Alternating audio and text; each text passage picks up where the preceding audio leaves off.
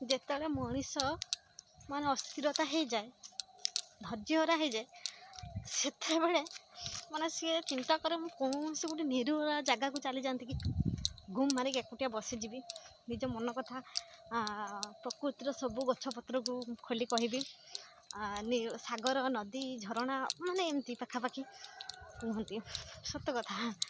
ଆଉ ମୁଁ ବି ସେମିତି, ମୁଁ ବି ପଳେଇ ଆସିଛି ଜଙ୍ଗଲ ଭିତରକୁ। ମୋ ମନ ଠିକ୍ ଲାଗିଲାନି, ପଳେଇ ଆସିଛି। ମୁଁ ଏମାନଙ୍କ ସହିତ ସେୟାର ହେଉଛି, ଆଉ ମୋ ଫ୍ରେଣ୍ଡ ମାନଙ୍କ ସହିତ ସେୟାର କରୁଛି। ଆକ୍ଚୁଆଲି ଏମିତି ହାରିଯିବା କଥା ନୁହେଁ, କାହିଁକି ନା ମଣିଷର ଧୈର୍ଯ୍ୟତା ହିଁ ସବୁଠୁ ବଡ଼। ଧୈର୍ଯ୍ୟ ରଖନ୍ତୁ।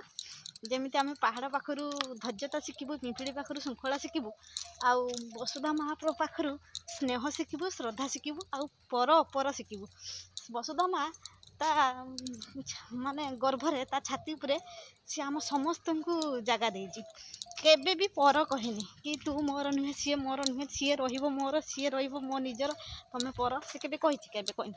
ସେ ବସୁଧା ଉପରେ କେତେ କ'ଣ ଜୀବଜନ୍ତୁ ମଣିଷ ସବୁ ବାସ କରୁଛନ୍ତି। ସିଏ ବି କହୁଛି ଇଏ ମୋ ଜାଗା, ସିଏ ବି କହୁଛି ଇଏ ମୋ ଜାଗା, କିନ୍ତୁ ବସୁଧା ମା କେବେ କହୁଛି ଏଟା ମୋ ଉପରେ କାହିଁ ରହିଛ ବୋଲି? କେବେ କହୁନି। ତେଣୁ ତା ଭଳିଆ ଦୟାର ସାଗର କେହି ନାହାନ୍ତି, ଆଉ କ୍ଷମାଦାୟିନୀ ବି କେହି ନାହାନ୍ତି।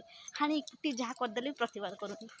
ଆଉ ପାହାଡ଼ ସେମିତି ଗୋଟେ ଜାଗାରେ ବସି ରହିଛି ଧୈର୍ଯ୍ୟର ସହ, ତାକୁ ବୋର ଲାଗୁନି, ତାର କ'ଣ ଇଚ୍ଛା ନାହିଁ ବୁଲିବାକୁ ଯିବା ପାଇଁ?